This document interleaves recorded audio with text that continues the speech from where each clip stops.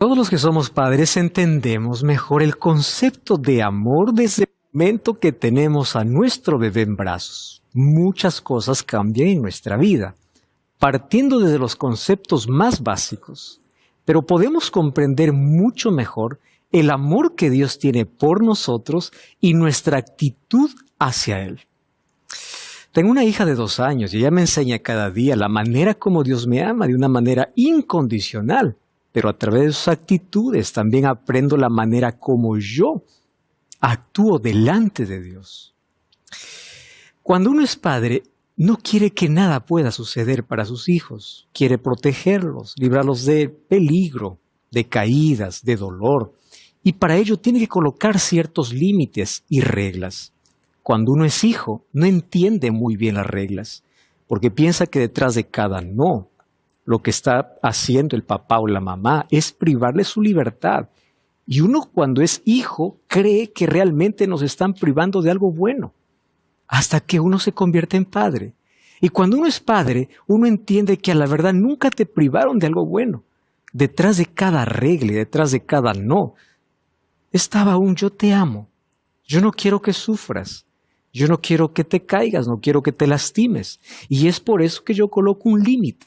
No cruces esta línea, no vayas al filo. Cuidado con esto. Detrás de cada no es una expresión de amor. ¿Por qué será que los seres humanos nos rebelamos tanto con la ley de Dios? Detrás de cada no de Dios hay un sí, yo te amo. Yo no quiero verte lastimado, no quiero verte sufrir. Yo te amo, quiero que lo entiendas. Pero el diablo nos ha hecho creer que la ley de Dios es una restricción de nuestra libertad. Y que la gracia de Dios es la libertad para hacer lo que uno quiere. Y es por eso que hay tanta gente discutiendo la ley de Dios, diciendo que la ley, ese conjunto de prohibiciones ya pasó, eso fue para el Antiguo Testamento, que al cielo llegamos, hay un grupo que lleva por la gracia y otro grupo que llega por la ley. Mas la Biblia presenta una sola teología y un solo plan de salvación. ¿Cuál es el papel de la ley dentro del plan de salvación? ¿Cómo estás viendo la ley de Dios? ¿Como restricción o como amor? Recuerda que la ley es el reflejo del carácter de Dios y Dios es amor. Y si la ley se fundamenta en el amor, entonces esta no puede ser quebrada, porque Dios es amor.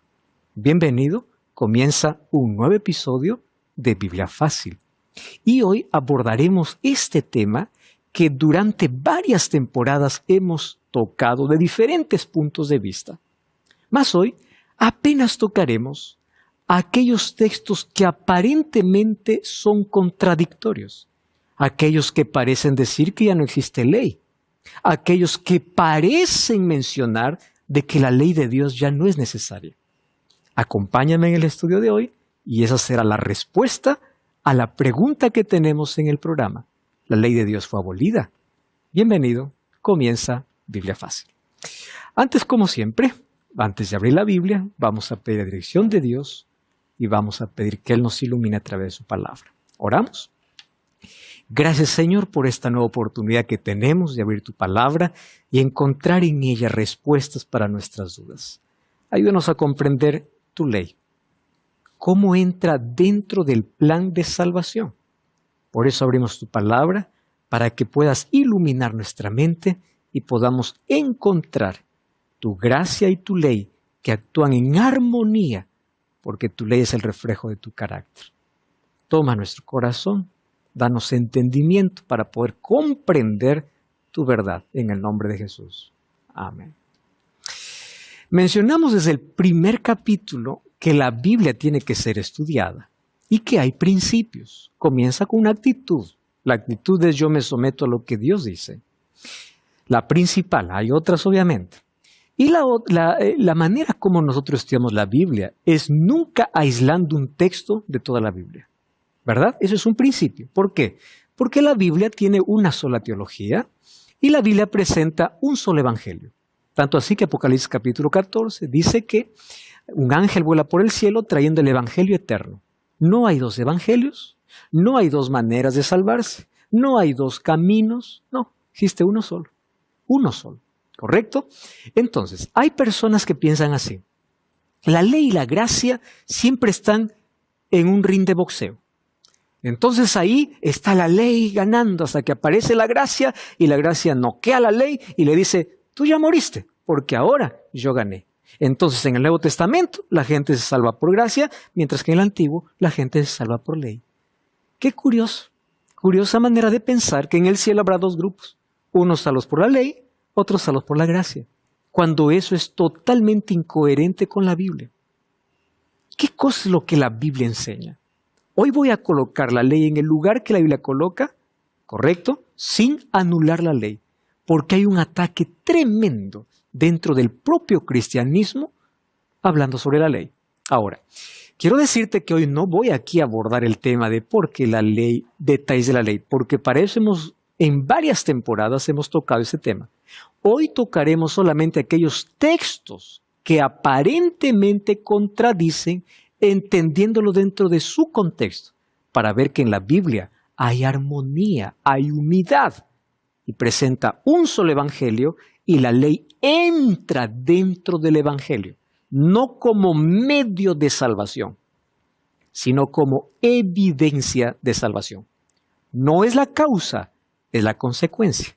La causa es Cristo, la consecuencia es la obediencia, porque somos salvos por fe y gracia. Gracia es lo que yo no hago nada y Cristo me ofrece. Fe es mi respuesta y la fe demanda de obediencia. Teniendo en claro ese asunto, vamos entonces a la primera pregunta. ¿Cómo se salva el hombre? El hombre se salva solamente por una causa, una sola. No hay dos, no hay tres. Y esto que quede muy claro. Romanos 3:20 dice así, y por las obras de la ley, ningún ser humano será justificado. Si entendemos bien este texto, hemos resuelto todo el problema. ¿Qué cosa dice Pablo? Nadie se salva por hacer. ¿Correcto? Nos salvamos por lo que Cristo hizo. Entonces, nadie es salvo por las obras de la ley. Nadie es justificado. Porque por medio de la ley es el conocimiento del pecado. ¿Qué cosa es lo que ustedes ven en este texto? ¿Que la ley ya no sirve o que la ley tiene un propósito diferente? Este es el problema que muchos no entienden. Le voy a hacer un ejemplo. Vamos a imaginar que alguien me dice, estás manchado el rostro. Yo me voy al espejo y en el espejo veo una mancha en mi rostro. Entonces agarro el espejo y quiero limpiarme con el espejo. ¿Qué va a suceder? La mancha va a crecer, porque el espejo no tiene la función de limpiar. El espejo tiene la función de mostrar, no limpiar. Lo mismo sucede con la ley. Si yo voy a la ley para decir, guardo la ley y me salvo, voy a estar condenado porque la ley me dice soy pecador y merezco la muerte. Si yo intento salvarme por medio de la ley, estoy perdido, porque la causa de la salvación, ¿quién es? Cristo. Pero cuando yo voy a Cristo, no es que la ley dejó y ya no sirve y que ya... No, ¿por qué? Porque mientras esté en este mundo, siempre voy a necesitar del espejo para decirme está sucio y que necesitas ir al agua. Y siempre voy a necesitar de la ley para que me diga cuál es mi problema y me muestre el camino. ¿Hacia quién? Hacia Cristo. Entonces, nunca hubo una disputa. A la verdad hubo armonía. Eso veremos de aquí a 2 capítulos más, cómo entra dentro de la justificación por la fe. Entonces definamos aquí un asunto. La causa de la salvación es Cristo. Es la causa. La consecuencia de que soy salvo por Cristo es la obediencia. Jesús nos dice, guarda los mandamientos para salvarte. Jesús dice en Juan 14:15, si me amas, guarda mis mandamientos. ¿Por qué? Porque la obediencia a la ley de Dios es la evidencia, es la consecuencia, es el resultado.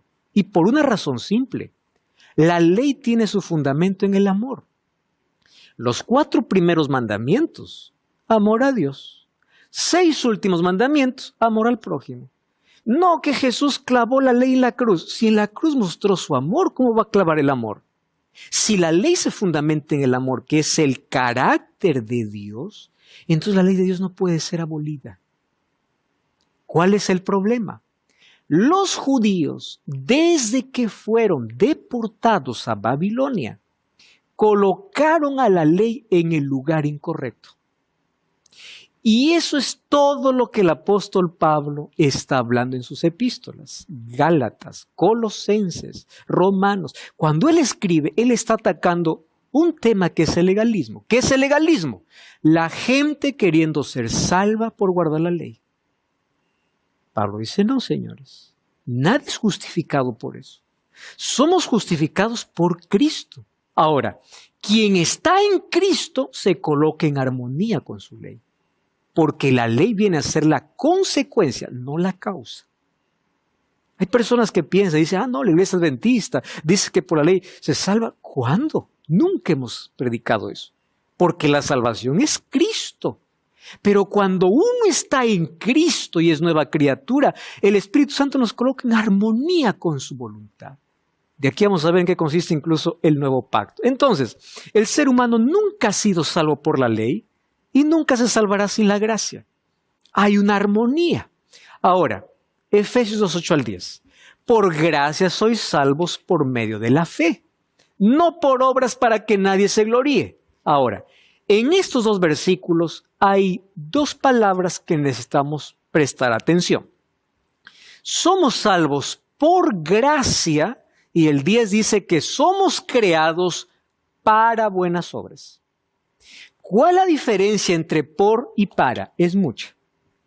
Yo soy salvo por la gracia para buenas obras. Muy bien, son dos direcciones distintas.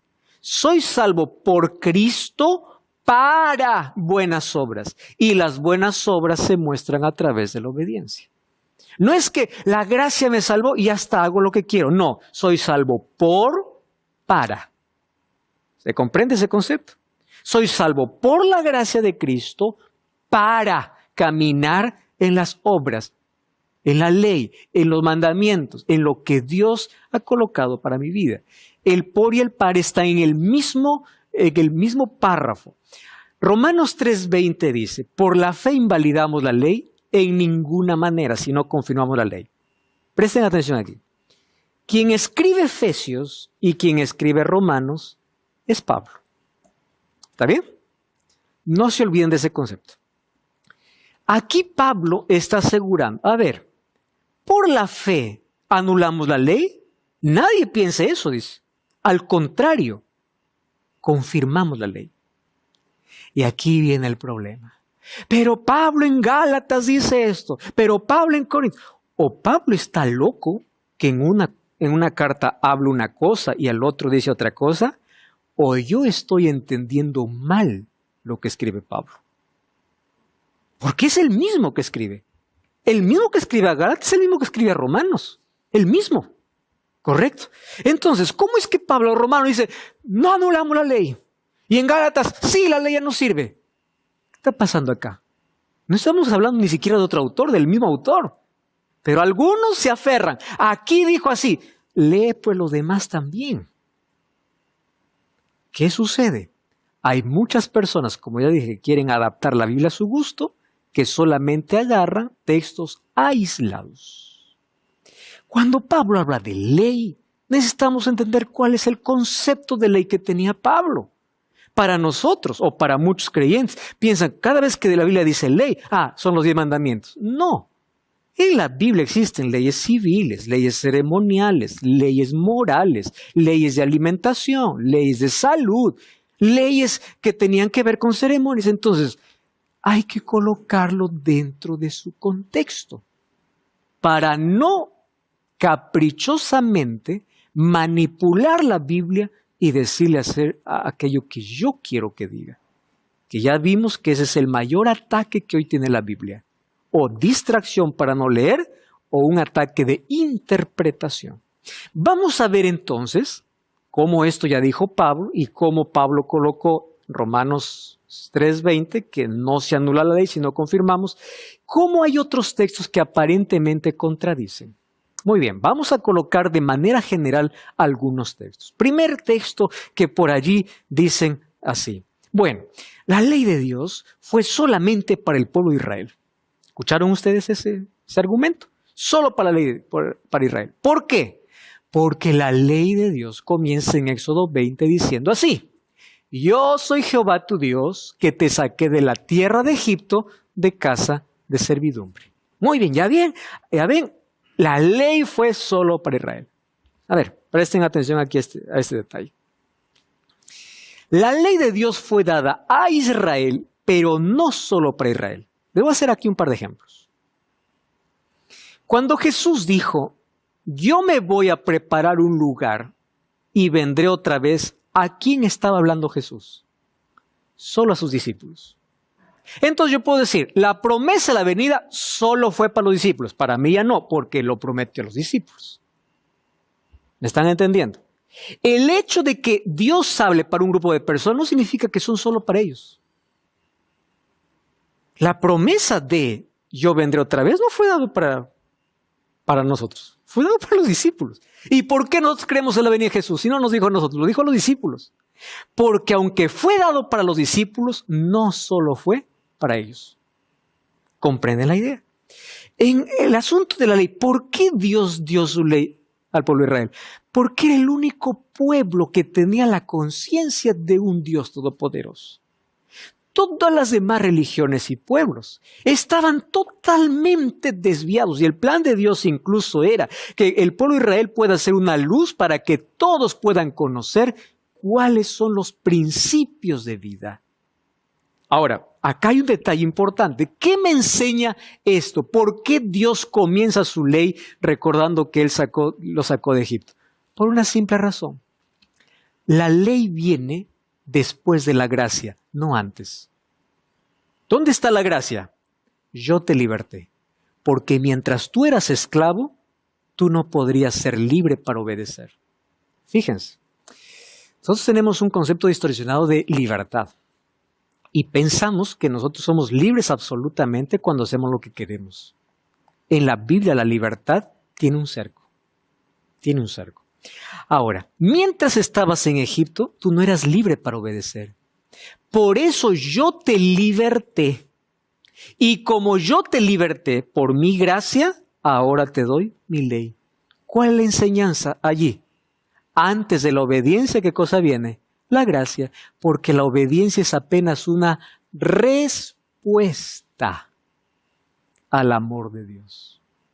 Señor, tú me amas tanto, yo te obedezco. ¿No es lo mismo que ocurre en una relación de padres a hijos? Hay una obediencia por miedo y hay una obediencia por amor.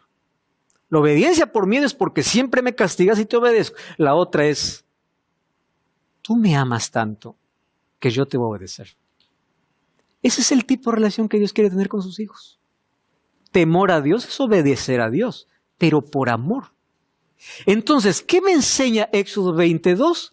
Que la ley fue dada a Israel, pero no solo para Israel, que primero viene la gracia y luego la obediencia. Otro texto, ahora escrito por Pablo. Romanos 6:14, que es un texto muy usado de paso para aquellos que condenan que la ley ya no existe más. ¿Correcto? Dice así, porque el pecado no se enseñoreará de vosotros, pues no estáis bajo la ley, sino bajo la gracia. Este es uno de los textos preferidos, ¿no? Ahora, si es que yo tomo Romanos 6:14 y me aferro a Romanos 6:14, yo tengo que eliminar todos los textos de Pablo cuando él dice que la ley no fue anulada. ¿Correcto? Tengo que anular todos. Pero, ¿qué es lo que necesito hacer? Necesito leerlo en su contexto y necesito ver qué está diciendo Pablo. Porque él es coherente. Él no va a escribir a una iglesia una carta, al otro, o una carta con un mensaje contrario. El mensaje, si viene de Dios, tiene que tener una unidad, una armonía. Muy bien, ¿qué significa entonces ya no estáis bajo la ley? Primero aquí coloqué algunos conceptos interesantes. El problema del pecado no se resuelve anulando la ley. Porque si se hubiese resuelto anulando la ley, Jesús no hubiese necesitado morir. Hubiese anulado ahí en el Edén, ¿no les parece? Miren, les voy a hacer un ejemplo. En la cruz, es la mayor confirmación de que la ley no puede ser abolida. ¿Por qué razón? Cuando Adán y Eva pecaron, Dios tenía tres opciones. Primera opción, Desobedecieron, mueren. Punto final. Ya está. Acabó. Segunda opción. La segunda opción es, quito la ley. Sin la ley no hay transgresión, no hay culpa. Aquí tenemos una abogada, ¿no? Se juzga en base a una ley. Si no existe una ley, ¿quién puede ser condenado? No hay nada que te acuse. Entonces Dios puede decir, bueno, hijos, quito la ley. Ya no hay culpa. Se acabó, se resolvió el problema. Y la tercera opción, ¿cuál es? La ley se cumple. Pero en lugar de que tú cumplas la condena, yo lo cumpliré. Porque el pecado no se resuelve quitando la ley. ¿Entienden ese concepto? La cruz fue la mayor evidencia que la ley no puede ser quitada, que tenía que ser cumplida. Pero ¿dónde está la evidencia de amor? De que lo que nosotros merecíamos, Cristo nos sustituyó. Entonces el problema del pecado no se resuelve quitando la ley, sino Cristo pagando el precio de la transgresión de pecado. Entonces, estar bajo la gracia tampoco es ser lo que uno quiere. ¿Por qué? Romanos 7:12, ¿qué cosa dice? La ley de Dios es pura, es santa, es buena. Vamos a leer ese texto, ¿correcto? Romanos capítulo 7, versículo 12. Romanos 7:12. Dice así, de manera que la ley a la verdad es santa, el mandamiento es santo, justo y bueno. Bueno, presten atención entonces a este detalle. ¿Cómo es posible que Pablo a Roma diga, la ley de Dios es santa, es buena y es justa, y a los Gálatas diga, ya no sirve la ley? Entonces, ¿qué significa no estamos bajo la ley? No estar bajo la ley significa, ustedes no están más bajo la condenación de la ley, porque Cristo pagó esa condenación. Cuando nosotros leemos todo el contexto del libro de Romanos, ahí va a hablar de cómo el pecado ya no tiene poder ni se señorea más. ¿Y el pecado dónde nos conduce? A la muerte. Nosotros estábamos condenados a morir y la ley nos decía que la paga del pecado es muerte. Viene Cristo, paga nuestra culpa y viene Pablo y dice así, no estamos más bajo la ley. La ley ya no tiene más condenación sobre nosotros. ¿Por qué? Porque ahora por la gracia de Cristo somos salvos. ¿Recuerdan Romanos 8.1 qué cosa dice?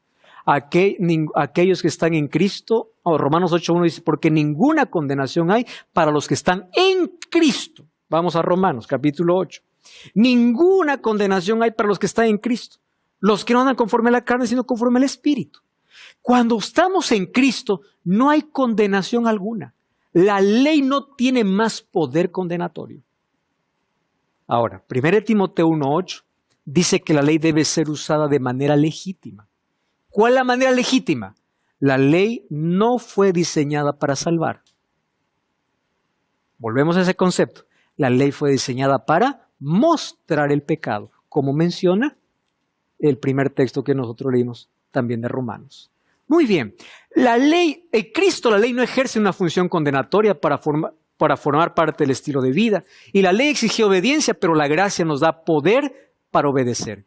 ¿Cuándo la ley se usa de manera legítima y realmente nos condena en lugar de salvarnos? Cuando nos aferramos a la ley para salvarnos en lugar de aferrarnos a Cristo. ¿Cuál es el orden? Cristo. Por la gracia de Cristo soy salvo, mas su gracia me da poder para ser obediente. Así funcionan las cosas.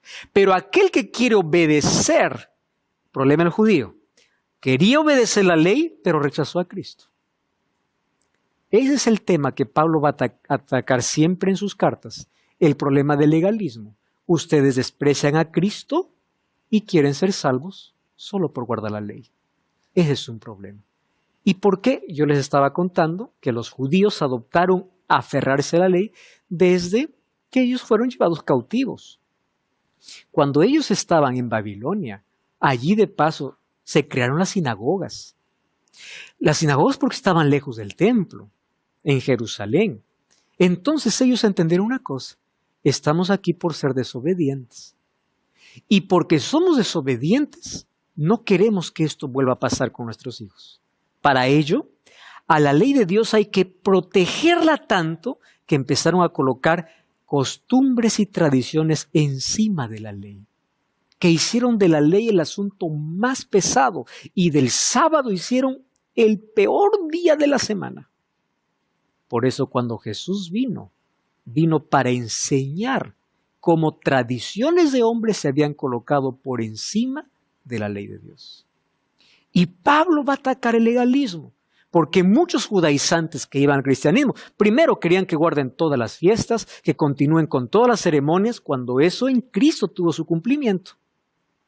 Y Pablo dice, a ver, vamos a poner las cosas en su lugar. La ley no la anulamos, pero no la colocamos en el lugar donde salva, porque la salvación es Cristo. La ley no está anulada, tiene otra función, otro lugar. Vamos a continuar hablando sobre otros textos que aparentemente son contradictorios después de esta breve pausa. No cambies el canal y ya regresamos. Esto es Biblia Fácil. Presten atención aquí. Muéstrenme ustedes cuál es la maldad que está haciendo esta gente. ¿Está matando? ¿Está robando? ¿Está haciendo daño a alguien? ¿Está traicionando? ¿Está robando? ¿Cuál es la maldad? Dice que esta gente religiosa, para comenzar, echa fuera demonios, profetizan y hace milagros. La ley. Jesús abolió la ley. Algunos versículos en la Biblia afirman que el fin de la ley es Cristo, mientras que otros dicen que los mandamientos de Dios son eternos. ¿De qué manera podemos conciliar estos textos? Por eso quiero invitarte para que puedas solicitar la revista Esperanza en la mira de la verdad. Aquí vas a encontrar un capítulo completo sobre la ley de Dios y solicitarla es muy fácil. Puedes enviarnos un mensaje de texto al WhatsApp más 5512 98 100 14 60. Te vamos a enviar un enlace para que puedas llenar tus datos para hacerte llegar esta revista totalmente gratis. Así que solicítalo ahora mismo. Vale la pena poder obtener y allí, por nuestra propia cuenta en la Biblia, encontrar respuestas sobre este asunto tan importante. Continuamos entonces con nuestro estudio. Estamos viendo algunos textos aparentemente contradictorios, colocándolo dentro del mismo pensamiento del mismo autor. Ya dijimos, Pablo no está loco para decir a uno una cosa, al otro otra cosa. No, hay una armonía, pero hay que ver de qué está hablando, de qué ley está hablando o sobre qué aspecto de la ley. El problema de la mayoría de la iglesia cristiana que tenía es que los judaizantes o los judíos visitaban iglesias cristianas, les insistían en mencionar de que si no guardan la ley están perdidos. Pablo dice no, la salvación es Cristo. La ley continúa vigente, pero no pongan en el lugar donde salva. La ley es la evidencia. La gracia que salva, la gracia que transforma y te coloca en armonía con los principios divinos. Muy bien, otro texto preferido es Romanos 10:14. Romanos 10:14 dice, porque el fin de la ley es Cristo, para justicia de todo aquel que cree. Yo les mencioné más de una vez de que nosotros tenemos serio problema al momento de poder traducir de un idioma a otro. Por eso es que muchas expresiones necesitamos ir o al idioma original o ver otras versiones, que es la parte más fácil, ¿verdad? Alguien puede decir, pero no tengo dinero para comprar tanta Biblia. Ingresa a internet, coloca un texto bíblico y te van a aparecer todas las versiones que aparecen sobre ese texto bíblico. Así que no hay ningún problema para eso. Muy bien, ¿qué significa el fin de la ley es Cristo? ¿Cómo es posible que en el mismo, miren la incoherencia de algunos? Algunos leen Romanos 10:4, eliminando Romanos 3:31, que está en el mismo libro, ¿correcto? Ahora imagínense a Pablo, un poquito antes de la carta, diciendo, la fe no anula la ley. Y luego, poquito más adelante la carta diciendo, pero el fin de la ley es Cristo. Ya se acabó la ley. Entonces aquí como que hay una incoherencia tremenda, ¿no? Primero está diciendo que la fe no anula y después está diciendo que el fin es Cristo. Entonces Pablo, defínete, ¿es anulada o continúa vigente? Para eso, cuando existe ese tipo de conflictos, y ni siquiera hemos ido a otro libro, estamos en el mismo libro, necesitamos apenas entender qué significa cada expresión. Por ejemplo, la palabra fin, que viene del griego telos. ¿Telos qué significa? varias cosas. Objetivo, finalidad. Un traductor vino y dijo, no lo pongamos ni objetivo ni finalidad, pongamos fin, que también lo usamos. ¿Cuál es el fin por el cual estás haciendo? No es fin de cesar, sino cuál es la finalidad. Entonces, la finalidad de la ley es Cristo. El propósito, la finalidad, siempre es conducir al Salvador. Ahora hay coherencia en todo lo que él está diciendo, yendo solamente a buscar las palabras dentro del idioma original. Colosenses 2:14, otro texto que por allí puede traer confusión. Anulando el acta de decretos que había contra nosotros, que nos era contraria, quitándola de en medio y clavándola en la cruz. Si ustedes analizan bien ese texto, uno ni siquiera necesita ir a otro texto. Hay que analizarlo solamente las palabras que están allí. Vamos a analizar algunas de ellas. Primero, no está diciendo mandamientos, está diciendo acta de decretos. Pero aquel que quiere ver ley, ve ley hasta en las actas, ¿correcto? Entonces hay gente que dice, ve, aquí dice que la ley de Dios fue clavada en la cruz. ¿Dónde dice ley? Aquí dice acta de decretos. Pero bueno, hay algunos que dicen ya. Pero el texto sigue, dice que había contra nosotros. Y ahora viene la pregunta. Vamos a imaginar que tiene razón y dice, es la ley. ¿Qué tenía la ley en contra de nosotros? No matarás, es en contra de nosotros. No cometerás adulterio, es en contra de nosotros. No robarás, era en contra de nosotros. No hablarás contra tu prójimo falso testimonio, era contra nosotros. Es obvio que Pablo no está hablando de ley. No está mencionando, porque para comenzar, la ley son principios que protegen la relación con Dios y la relación con los otros. Entonces, no está en contra de nosotros. Es más, dice que lo quitó y la clavó en la cruz. Ojo, no dice que clavó en la cruz los mandamientos, dice acta de decretos y que estaba en contra. Otra vez tenemos que ir a las palabras en las cuales fueron escritas originalmente. Y la palabra acta de decretos en griego es hierógrafo. Esta palabra hierógrafo es traducido como documento, acta o certificado de deuda. ¿Qué pasaba? Cuando antes había una deuda, el deudor firmaba un documento a puño y letra. Él firmaba, yo me comprometo a pagar completamente esta deuda. Eso era el documento legal. Muy bien. ¿Qué cosa hicieron Adán y Eva desde el momento que desobedecieron a Dios? Firmaron el acta. Yo sabía que iba a morir, desobedecí y merezco la muerte. Acta de decretos. ¿Cuál es el decreto? La muerte. La paga del pecado es muerte. ¿Estaba en la ley? Sí, vas a morir. Viene Jesús y en la cruz, ¿qué cosa hace? Rompe esa acta. ¿Por qué? Porque el pago por ese pecado no fue para el hombre. ¿Quién lo asumió? Cristo. Entonces, ¿hubo pago sí o no? Sí hubo pago. ¿Pero quién lo pagó? Cristo.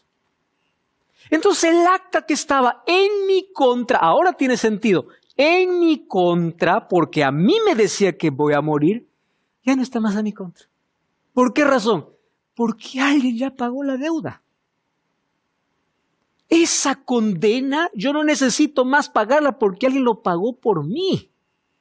¿Dónde lo pagó Cristo? En la cruz, cuando murió, el acta de condenación, mereces morir, fue anulada.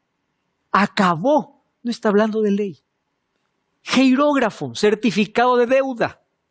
Gálatas 3:13 dice que Jesús nos libró de la maldición de la ley. ¿Cuál es la maldición de la ley? La muerte. La paga del pecado es muerte. Jesús tomó el documento de deuda, nos libró de la condenación eterna. Esto no es en contra de la ley. Miren, yo les voy a decir aquí un asunto interesante. Quiero que en caso ustedes averigüen bien Mateo capítulo 7. Versículo 21 hasta el versículo 23. Ese texto realmente es preocupante, especialmente porque hay gente que piensa que los que se van a perder todos son los malos, aquellos que practican siempre la maldad. Mateo 7, 21 al 23 dice que ni todos los que se van a perder hicieron todo lo malo. No todo el que me dice Señor, Señor entra al reino de los cielos, sino el que hace la voluntad de mi Padre que esté en los cielos. Muchos me dirán aquel día, Señor, no profetizamos en tu nombre no echamos fuera demonios, en tu nombre hicimos muchos milagros. Y entonces yo les diré, no os conozco, apartados de mí. ¿Qué dice su Biblia? Hacedores de maldad. Ahora, presten atención aquí. Muéstrenme ustedes cuál es la maldad que está haciendo esta gente. ¿Está matando?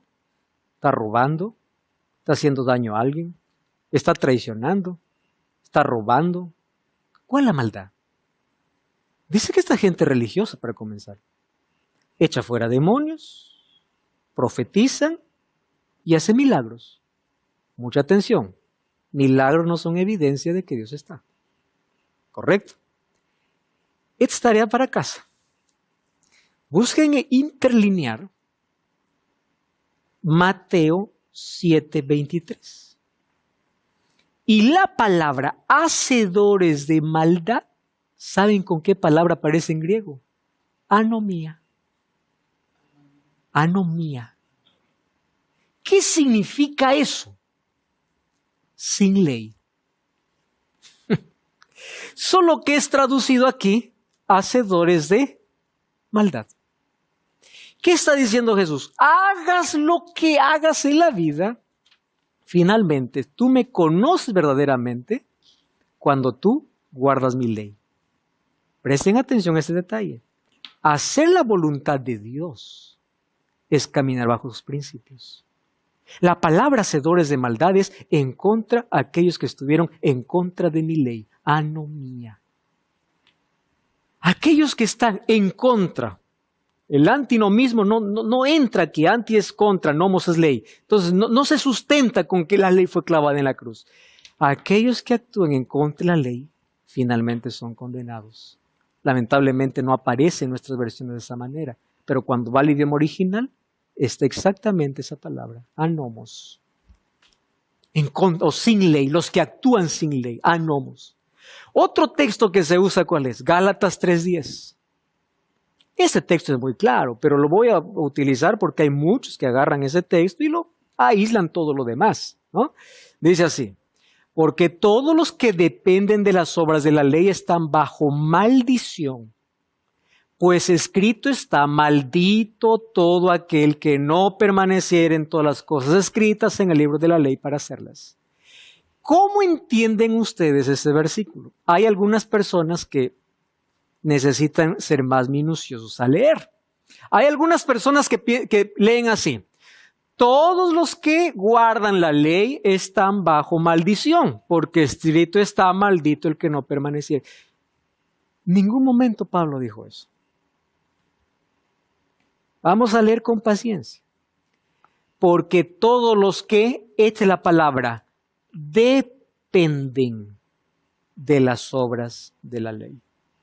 ¿Qué significa depender de las obras de la ley? Yo quiero salvarme solo guardando la ley. Cuando el ser humano intenta depender de sus obras para llegar al cielo, está perdido. Porque volvemos al concepto. ¿Cuál es la causa de la salvación? Cristo. Él es la causa. Nosotros tenemos a veces un problema para definir entre qué es el Evangelio y qué produce el Evangelio. El Evangelio es Cristo. No hay vuelta, no hay decoración, no hay nada, es Cristo. Ahora, ¿qué produce el Evangelio? Es otra cosa. El Evangelio produce obediencia. El Evangelio produce la consecuencia. Ahora, los que dependen de las obras de la ley, hay personas que dicen, ¿para qué voy a la iglesia? Gente hipócrita. No hago mal a nadie, soy honesto, doy limosna, soy bueno, buen padre, no soy desleal. Y está. ¿En qué confían? En sus obras. Lo mismo que aquel que dice, yo hago esto, yo hago lo otro, yo soy buenito, yo... ¿En qué confían? En sus obras. Está perdido. Aquel que confía en sus obras o porque guarda las obras de la ley, está perdido. Entonces, ¿quién está bajo maldición? los que dependen. Porque nuestra única dependencia es ¿de quién? Cristo. ¿Correcto? Es Cristo. Por Él viene la salvación. El resto es consecuencia. Muy bien. La frustración de intentar ser salvo por la ley, solo encontrar condenación, produce maldición. La maldición de estar más lejos de Dios cada vez que uno intenta ser justificado por la ley. Intentar obtener la salvación mediante la ley no está en el plan de Dios, solo trae maldición. Es colocar la ley en el lugar que no corresponde. Eso es simple de entender, ¿verdad? Cuando uno quiere colocar donde no corresponde.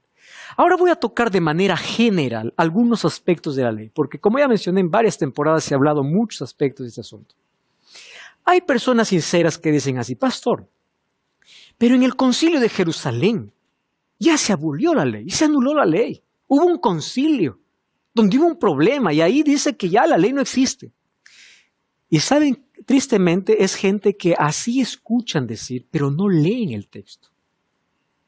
¿Dónde está el primer concilio de Jerusalén? En Hechos 15. Hechos 15 me habla de ese primer concilio, donde hubo un problema justamente en Antioquía entre judíos y gentiles. Los judíos llegaron a los gentiles que eran cristianos ahí y les dicen así, ustedes si quieren ser salvos tienen que circuncidarse. Se levantó un tremendo problema en la iglesia, que tanto así tuvieron que mandar delegados. Entre los delegados estaba Pablo, que va al primer concilio, que es en el año 49, después que obviamente que Jesús fue al cielo. ¿Qué sucede? En ese concilio presentan los argumentos que tienen que tratar. ¿Cuáles son los argumentos? ¿O qué temas tocaron? Circuncisión. Segundo tema, alimentos ofrecidos a los ídolos. Tercer tema, comer carne de animales estrangulados o ahogados. Y cuarto tema, la conducta moral de los cristianos. No se toca la ley de Dios. Si no se toca, el primero tiene que ver con ceremonialismo y lo segundo tiene que ver con conducta. Así que nadie está aboliendo la ley de Dios en el primer concilio de Jerusalén, que fue en el año 49. ¿Cuál es el propósito de la obediencia? Juan 15:10 dice así, si guardareis mis mandamientos, permaneceréis en mi amor. Recuerden siempre lo siguiente, el asunto es amor. ¿Cuál es la base de la ley? Amor. ¿Cuál es? Un escriba acerca de Jesús. ¿Cuál es el mayor mandamiento? Amarás al Señor tu Dios de todo corazón.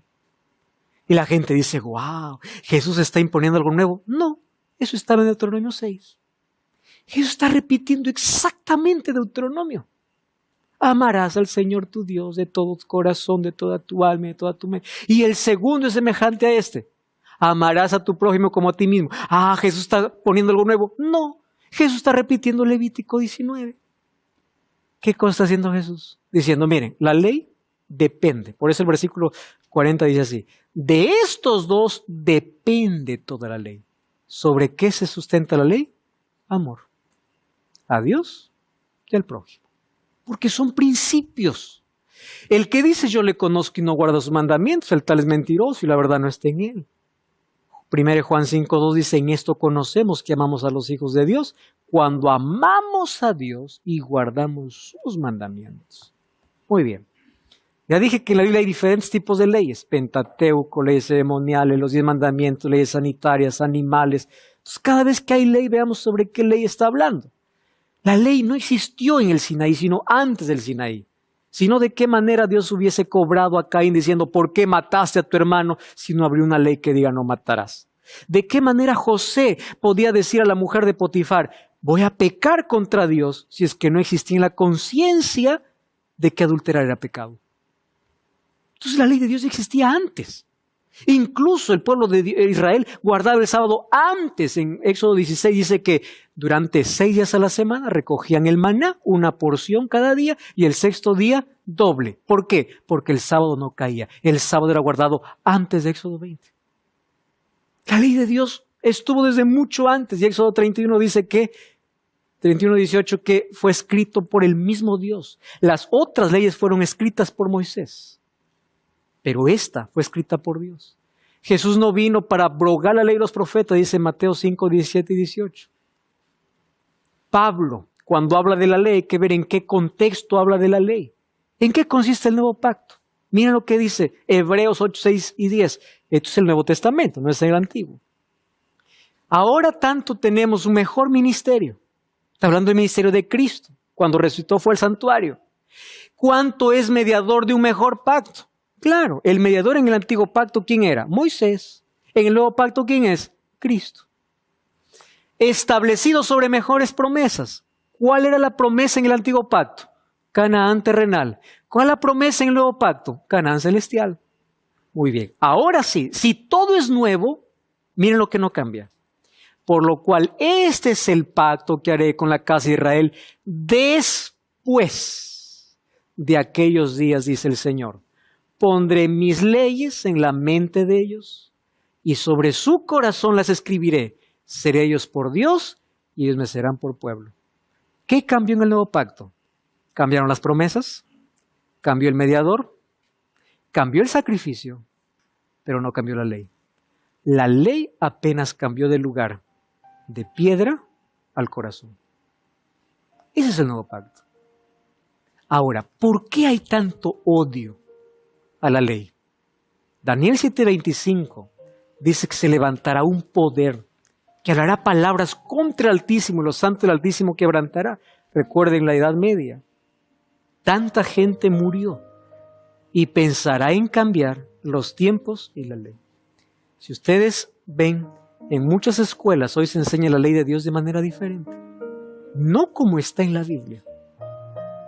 Excluyendo el segundo mandamiento que dice no te harás imágenes, quitando el cuarto mandamiento que dice acuérdate del sábado y dividiendo el 10º mandamiento en 2 para que cuadre 10. Un poder que cambia los tiempos y la ley. ¿Y quién está detrás de ese poder? El enemigo. Porque si hay alguien que odia la ley de Dios, es Satanás. ¿Sabe lo que dice Apocalipsis 12:17? El dragón se llenó de ira contra la mujer. Se fue a hacer guerra contra los santos y contra la descendencia. ¿Quiénes son? Los que guardan los mandamientos de Dios y tienen la fe de Jesús. Eso está en Apocalipsis. Apocalipsis 14:12 dice, aquí está la paciencia de los santos, los que guardan los mandamientos de Dios y tienen el testimonio de Jesús. Si hay alguien que está enfurecido en contra de la ley, es el diablo. Porque aquel que es obediente a la ley de Dios está reflejando el carácter de Dios en su vida. Ahora quiero que entiendas una vez más. La causa de la salvación es Cristo. Solo nos salvamos por Él. Pero la ley tiene un lugar especial dentro de ese proceso. No guardamos la ley para salvarnos. Guardamos porque fuimos salvos por la gracia de Dios. El grupo Fases va a cantar una linda música ahora. Y yo quiero que el Espíritu Santo permitas actuar en tu vida, permitiendo que esta verdad se coloque por encima de tus caprichos y tradiciones, por encima de tus creencias y comiences a analizar a la luz de la Biblia cuál es el camino que Dios te quiere guiar. Mientras Fases canta, yo estaré orando por esa decisión.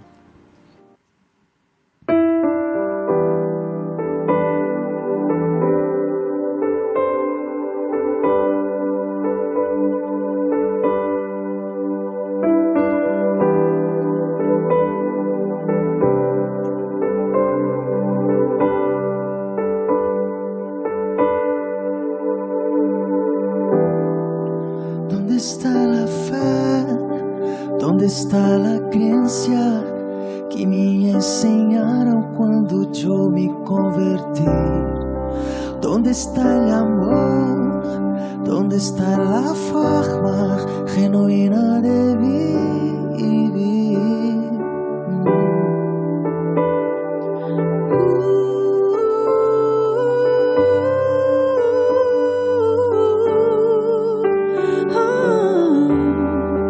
¿Dónde están las leyes? ¿Por qué pisotear lo que el Señor ya ordenó? ¿Para qué hablar de paz si las guerras hacen parte de un vivir de un cristiano?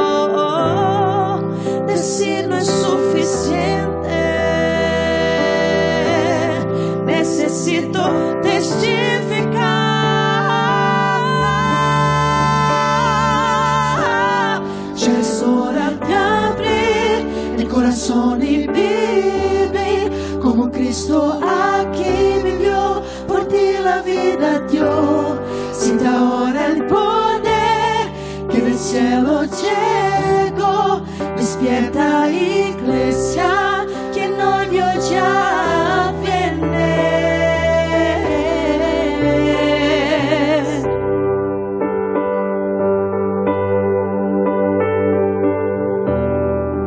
¿Dónde está Israel? Los sacrificios vivos que ofreció a Dios. ¿Por qué no creen curar? Es tan normal, actúa como si fuera un fariseo.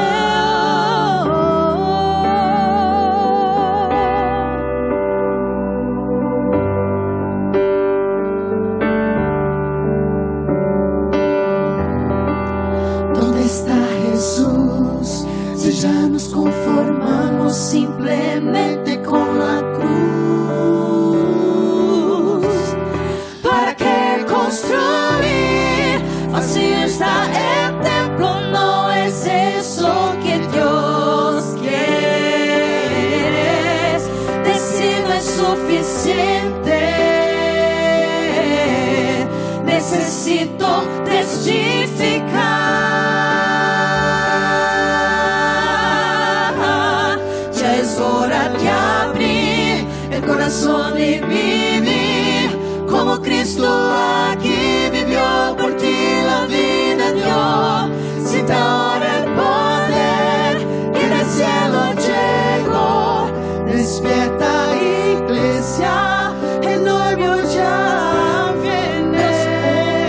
Aquella que prometió, no tarda la promesa, pronto viene a buscarnos. Despierta, iglesia.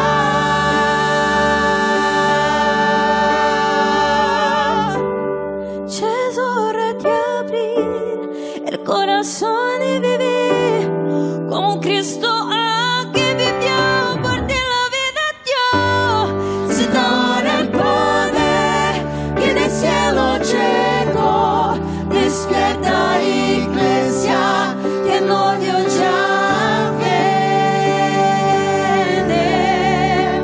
Ya viene.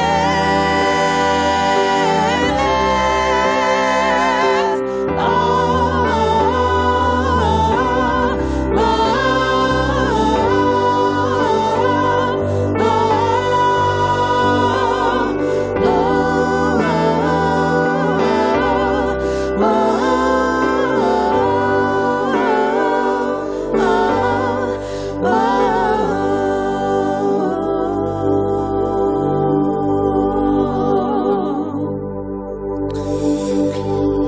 Es hora de despertar, abrir nuestros ojos para una realidad mayor. Salmo 119, 165 dice: mucha paz tienen los que aman tu ley, y no hay para ellos tropiezo.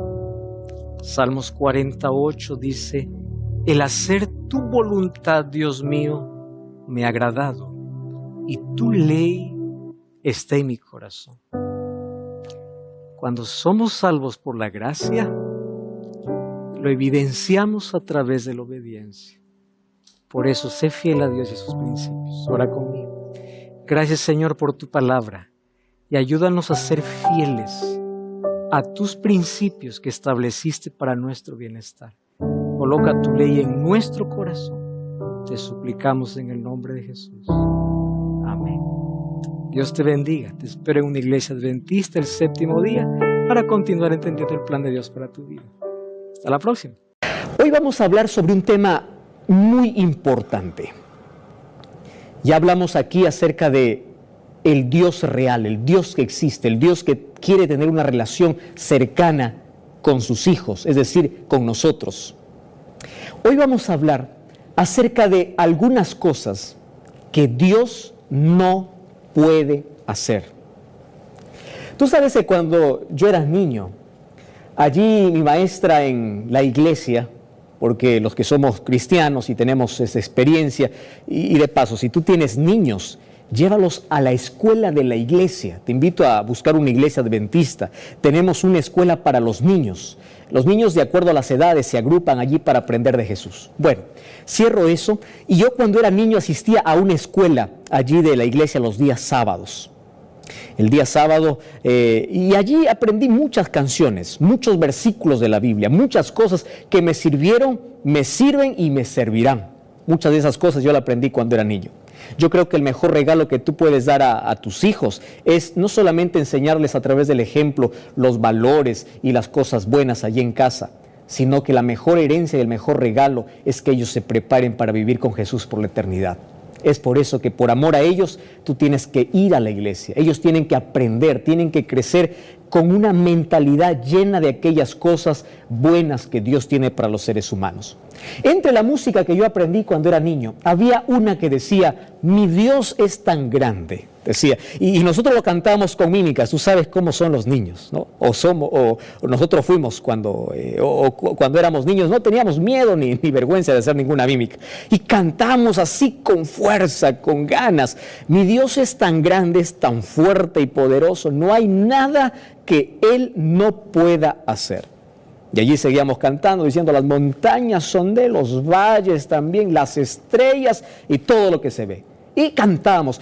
Y uno va creciendo con esa idea. Dios es el Dios de lo imposible. Mi Dios es tan grande. No existe nada, absolutamente nada que Él no pueda hacer. Ahora, ¿tú crees en eso?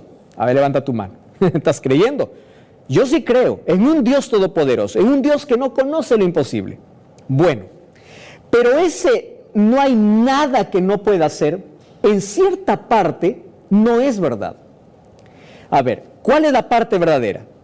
Cuando decimos que no hay nada que no pueda hacer, quiere decir que no existe un problema imposible para Dios. No existe nada imposible para Él. Pero ¿cuál es la otra parte que nosotros no hemos analizado probablemente? Es que sí hay cosas que Dios no puede hacer. Y yo te puedo dar una lista. Dios no puede ser injusto, Dios no puede mentir, Dios no puede pecar, Dios, etc. Te puedo dar una lista.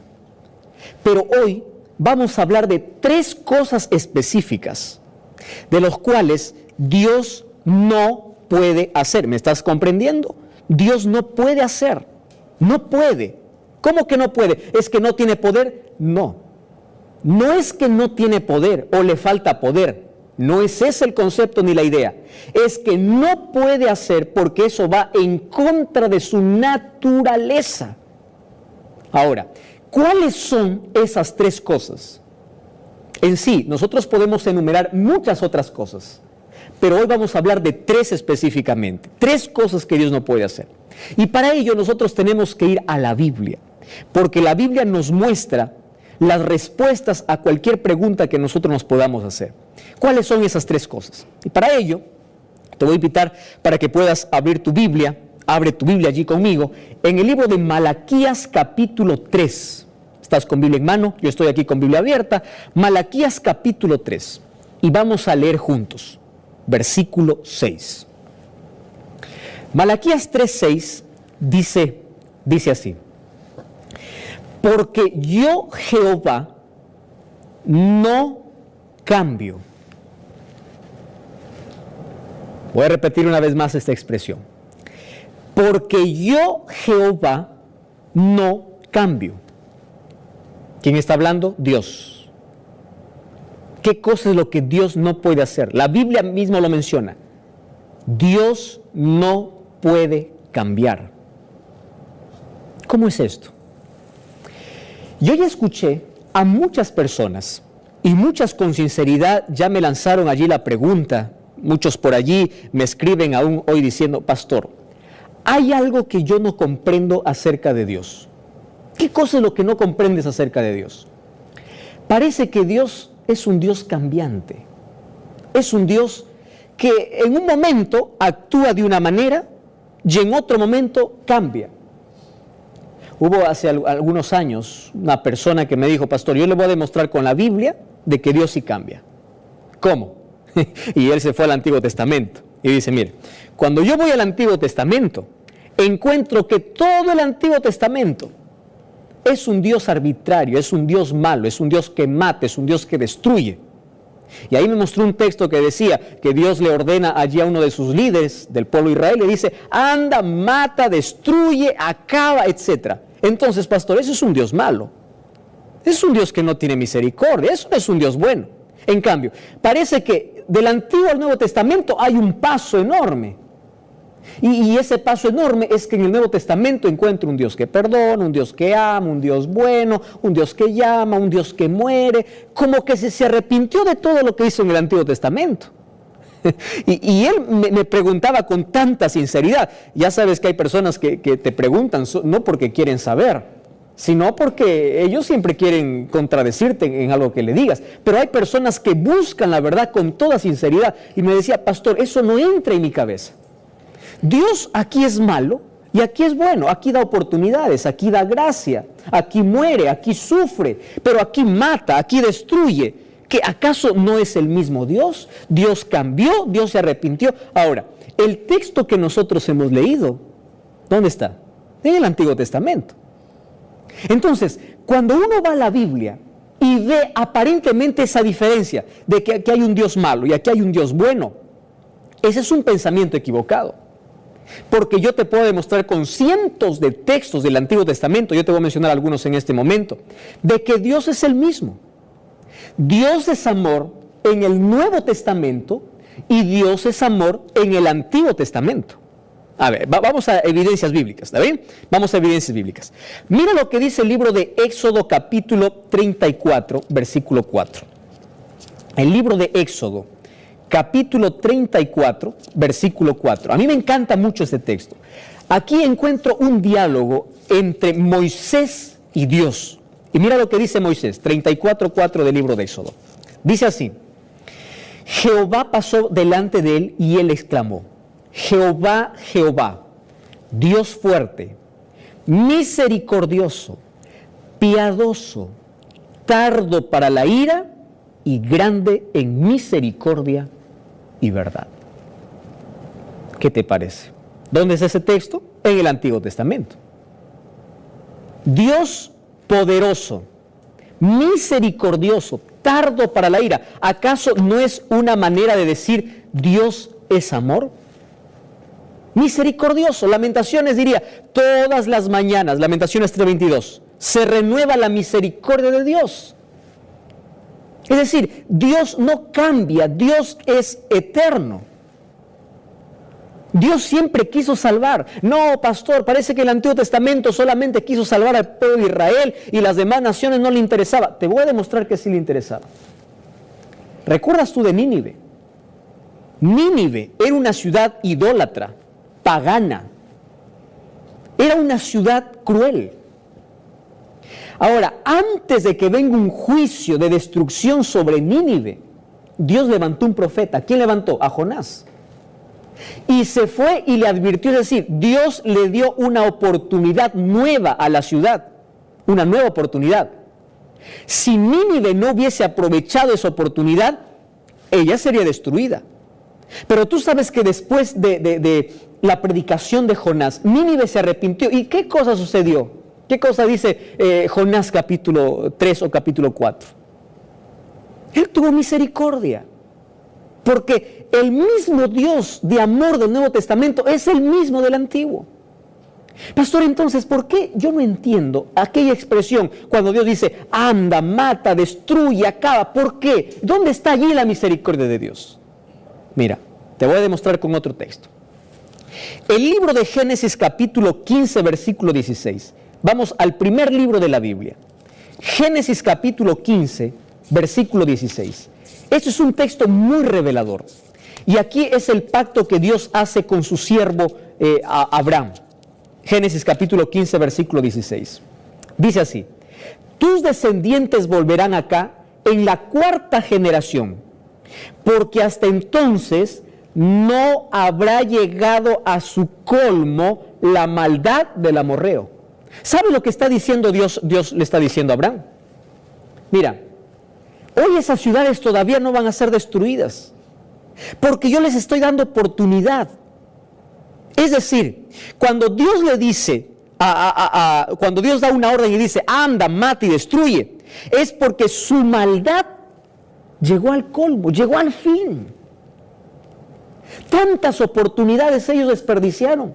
Y ese es el mismo Dios del Nuevo Testamento, el Dios que da oportunidades, el Dios que es misericordioso, pero también que es el Dios justicia. ¿Comprendes eso? Entonces, Dios es el mismo, Dios no cambia. Eso es lo primero que Dios no puede hacer, Dios no puede cambiar. Dios es el mismo en el Antiguo Testamento, Dios es el mismo en el Nuevo Testamento. Ahora, ¿qué cosa es lo segundo que Dios no puede hacer? El libro de Isaías capítulo 49 versículo 15 me trae otra revelación. Isaías capítulo 49 versículo 15 dice así: ¿se olvidará la mujer de lo que dio a luz? Qué interesante, ¿verdad? Aquí está haciendo una comparación entre la relación de una madre y su hijo. ¿Se olvidará la mujer de lo que dio a luz para dejar de compadecerse del hijo de su vientre? Y aquí termina el texto diciendo: aunque ella se olvide, yo nunca me olvidaré de ti. ¿Qué es lo segundo que Dios no puede hacer? Dios no puede abandonarte. ¿Sabe lo que dice el libro de Oseas capítulo 11 versículo 8? ¿Cómo podré abandonarte? No puedo. ¿Cómo podré dejar de amarte? Para comprender más o menos de manera pálida el amor de Dios, tenemos que ver el amor de padre o el amor de madre. Y cuando tú analizas el amor de un padre o de una madre para con su hijo, tú te vas a quedar sorprendido y vas a decir, ¿por qué lo ama? Él es desobediente, él es terco, él es malo, él es ingrato. Pero la mamá lo sigue amando. Es decir, es un amor sin razón. Yo no espero nada de ti, pero aún así te amo. ¿Qué cosa puede esperar un papá con un hijito ahí en brazos? ¿Cómo ese niño le puede corresponder su amor? No puede corresponder su amor. Y aunque no lo corresponda, aunque sea un amor no correspondido, él lo sigue amando. Entonces, nada de lo que tú hagas en esta vida hará de que Dios pueda amarte menos. Puedes ser un asesino. Tus manos pueden estar manchadas de sangre. Puedes estar esclavo del vicio. Puedes ahora mismo estar allí con los efectos del alcohol. Puedes estar consumiendo droga. Puedes haber caído en la profundeza de la vida, en la asquerosidad de este mundo. Pudiste haberte embarrado desde la cabeza hasta los pies. Pudiste haberte ensuciado con lo peor del pecado. La gente te puede decir que eres lacra de la sociedad, de que no vale la pena que tú sigas viviendo, pero aún así Dios te sigue amando. Eso tú no vas a comprender en su plenitud jamás. ¿Por qué me amas? ¿Hay una razón para que me ames? Y Dios te dice, aunque no haya ninguna razón, yo te amo, porque el texto dice, nunca me olvidaré de ti, nunca te dejaré. ¿Cómo voy a abandonarte? Hagas lo que hagas, independientemente de lo que hagas, Dios te ama. Eso no significa que te debe evitar las consecuencias. Tus decisiones, tus acciones van a traer consecuencias terribles a su vida y probablemente un día te vas a perder y un día te vas a morir y un día también no te vas a salvar. Pero quiero que sepas que Dios nunca dejó de amarte. Ahora, ¿sabes que este segundo pensamiento enternece tanto mi corazón? Dios me ama, aunque yo no pueda corresponder su amor. Dios no puede abandonarme. Es por eso que me da oportunidades. Es por eso que su amor lleva a perdonarme. Y cuando me perdona, olvida por completo mi pecado. Cuando hay arrepentimiento en mi corazón, me arrodillo delante de Dios. Dios me dice, te perdono. Y cuando Él me perdona, su perdón es completo. No es superficial. Dice la Biblia, no me acordaré más de tu pecado, porque Él me da su gracia, me cubre con su manto de justicia. Él me mira como un santo porque Él pone su justicia en lugar de la mía. Es decir, Dios no me abandona y Dios siempre estará dispuesto a recibirme por más que me haya ensuciado en este mundo. Eso es amor, eso es gracia. Eso es algo que los seres humanos no podremos comprender en su plenitud. Lo segundo que Dios no puede hacer es, Dios no puede abandonarte. Entonces, cuando tú digas, me siento solo, estoy abandonado en esta vida, nadie está conmigo, no es verdad. Dios no puede dejarte. Hagas lo que hagas, Dios te ama.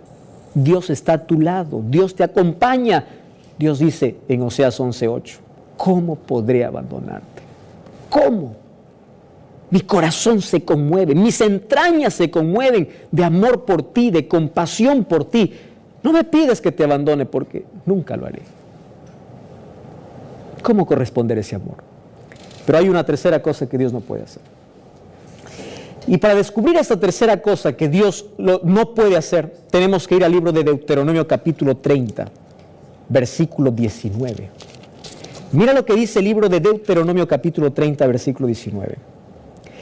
A los cielos y a la tierra llamo por testigos hoy contra vosotros. Hoy he puesto delante de ti la muerte y la vida, la bendición y la maldición. Escoge la vida para que vivas tú y toda tu descendencia. ¿Sabes qué es lo tercero que Dios no puede hacer? No puede salvarte sin que tú quieras. La salvación es una decisión. Yo aquí en mi mano tengo una corbata. La usamos todos los varones alguna vez en la vida. Algunos lo usan más que otros. ¿Viste el diseño de la corbata? Parte ancha, parte angosta. Cuando esta corbata estuvo en las manos del sastre, de quien fabricó esta corbata, en su cabeza del sastre está, yo voy a diseñar así la corbata, porque esta corbata sirve para estar en el cuello. Es decir, esta corbata fue creada con un propósito. ¿Para qué? Para el propósito de poder estar en el cuello de un hombre. Bueno, vamos a imaginar que un día compro esta corbata y estoy apurado una mañana para salir al trabajo y no encuentro mi cinto, mi cinturón, mi correa. Y digo, bueno, nadie se va a dar cuenta.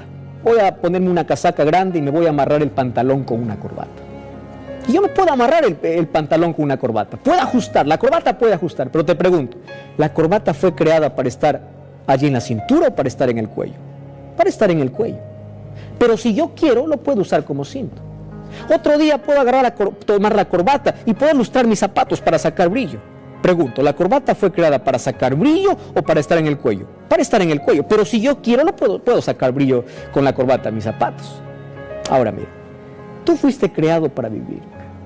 Tú fuiste creado para el cielo. Pero si tú quieres, puedes morir. Es un asunto de elección.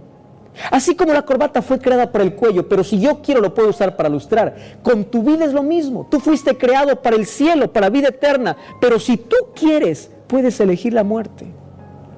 Porque Dios no puede salvar en contra de tu voluntad. No puede. Dios te invita, Dios te llama. Es por eso que Apocalipsis 22:17 dice, el espíritu y la esposa dicen ven. Es decir, Dios todo lo que puede hacer por ti es llamarte, suplicarte. Ahora, Dios ya hizo todo por ti. Yo hoy quiero conversar contigo. ¿Qué más quieres que haga Dios? Estás vivo. Tienes oportunidad ahora. Conoces de su palabra. Esto es un llamado de Dios para ti. El libro de Mateo capítulo 23, versículo 37 dice, ¿cuántas veces quise juntarte como la gallina junta sus polluelos debajo de sus alas? Pero tú no quisiste. Querido, la salvación es un asunto de decisión. Y la decisión, Dios no lo toma. Dios ya decidió en el cielo salvarte. Pero eres tú quien debes confirmar tu asistencia en el cielo. Eso Dios no lo va a tomar. Eso tú lo tienes que tomar. Y eso es una decisión de entrega, de compromiso, de vida con Jesús. Dios dice, yo ya hice todo por salvarte. Di mi vida por ti. Dime qué más quieres que haga por ti. Dime qué más. Te cuido, te acompaño, te doy vida, salud, trabajo. Te doy todo. Dime qué más puedo hacer. Hago todo, te llamo, te suplico. Tanto así que se comparó, viste, a una gallina cuando llama a sus pollitos. Abre sus alas, La gallina no obliga para que el polluelo venga debajo de sus alas. No lo obliga, solo lo llama. Pero el polluelo, viendo su fragilidad, corre allí bajo las alas de la mamá gallina, porque sabe que al pie de sus alas hay seguridad. Afuera puede haber peligro, puede haber tormenta, puede haber fuego, puede haber lluvia, puede haber lo que sea, pero debajo de sus alas hay seguridad. Y Jesús dice así: así como la gallina junta sus polluelos, yo te llamo y te llamo todos los días. Te llamo a través de este programa, te llamo a través de otro medio. Ven, pero tú no quieres. Dios no puede salvarte si tú no quieres. ¿Quieres ser salvo por Él? Cierra tus ojos, voy a orar por ti. Querido Dios, hoy descubrí cuáles son 3 cosas que tú no puedes hacer. Sin embargo, la tercera tiene que ver con mi decisión y con mi vida. Hoy decido por la vida, hoy decido por Jesús. Hoy quiero entregarte mi corazón a ti. Hoy entendí que la salvación es un asunto de decisión y comienza cuando acepto a Jesús en mi corazón. Por eso me entrego a ti. Quiero que tú puedas guiar y controlar mi vida. En el nombre de Jesús. Amén. Quiero invitarte para que este sábado puedas visitar una iglesia adventista del séptimo día. Recuerda, la verdad te da libertad y te prepara para la eternidad.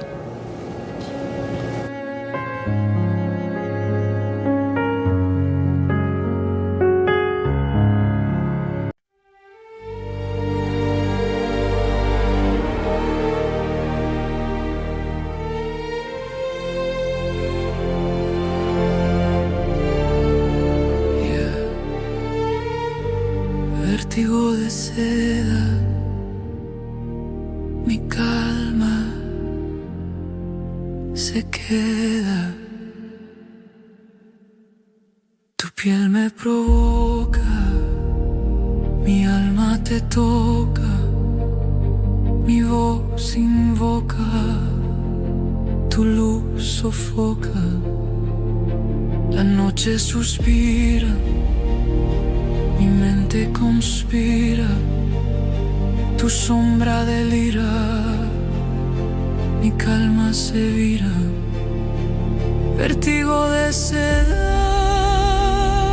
mi pecho en caída, tu culpa metida, mi fe rendida. Cada paso te nombra, mi alma en la sombra. Tu beso me asombra, mi calma se alfombra. El aire me atrapa, mi pecho se escapa, tu nombre me tapa, mi voz se desmapa. Vértigo de seda, mi trama encendida, tu luz prendida.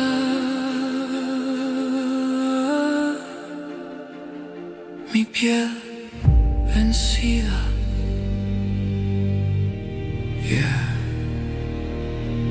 vértigo de seda, mi alma completa.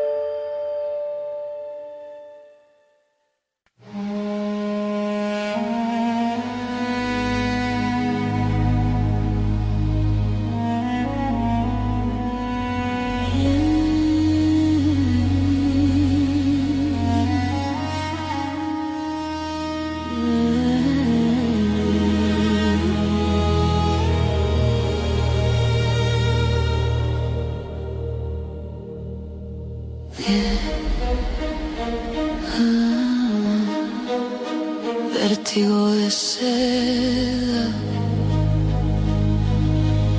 mi calma se queda. Tu piel me provoca, mi alma te toca, mi voz invoca tu luz, sofoca, la noche suspira. Mi mente conspira,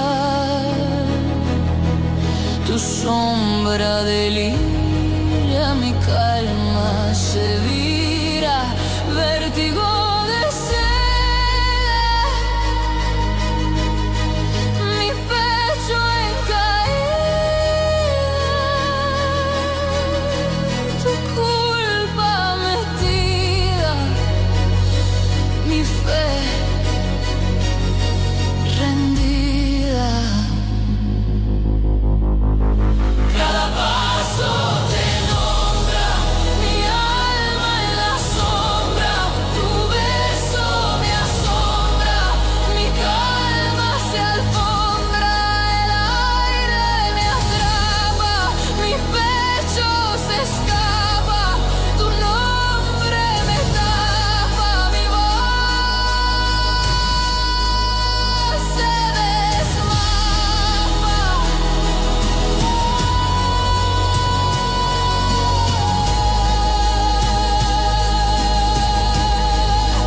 Vértigo de seda,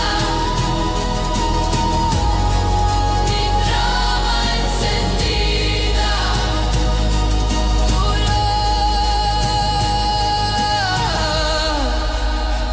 tu luz prendida, mi piel vencida, vértigo de seda, mi alma completa.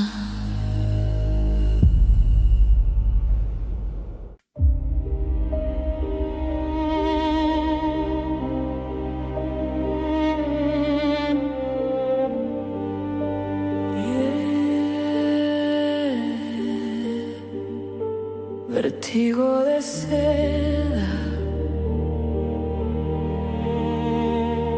mi calma se queda,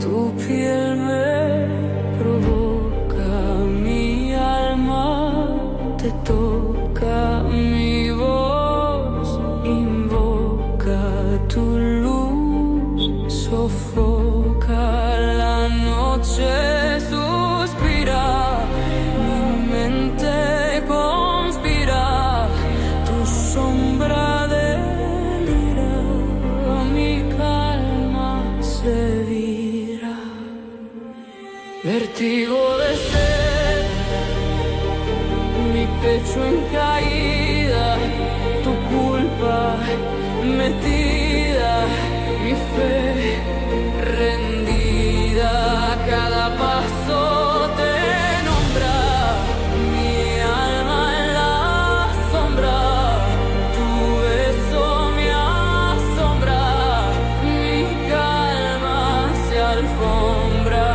el aire me atrapa, mi pecho se escapa, tu nombre me tapa, mi voz se desmapa.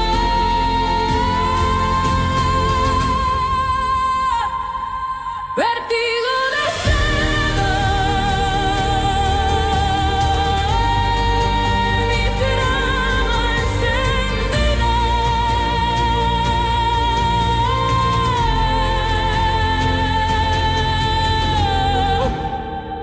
tu luz prendida, mi piel vencida.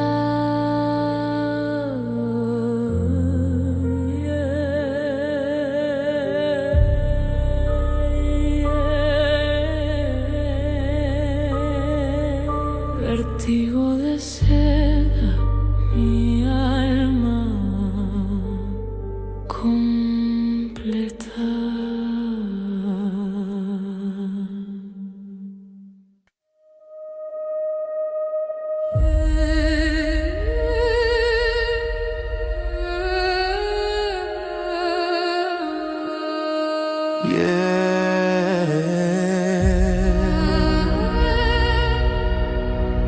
Vértigo de seda, mi calma se queda, tu piel me provoca, mi alma te toca,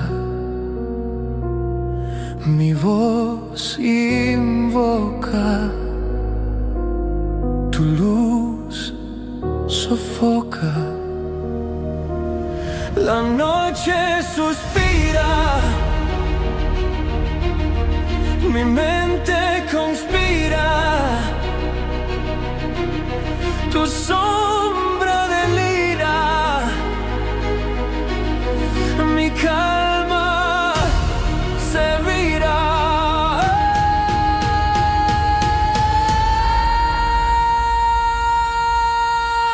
Vértigo de seda, mi pecho en caída, tu culpa metida, mi fe rendida. Cada paso te nombra, mi alma en la sombra, tu beso me asombra. Mi calma se alfombra, el aire me atrapa, mi pecho se escapa, tu nombre me tapa, mi voz se desmapa. Vértigo de seda, mi trama encendida, tu luz prendida, mi piel vencida.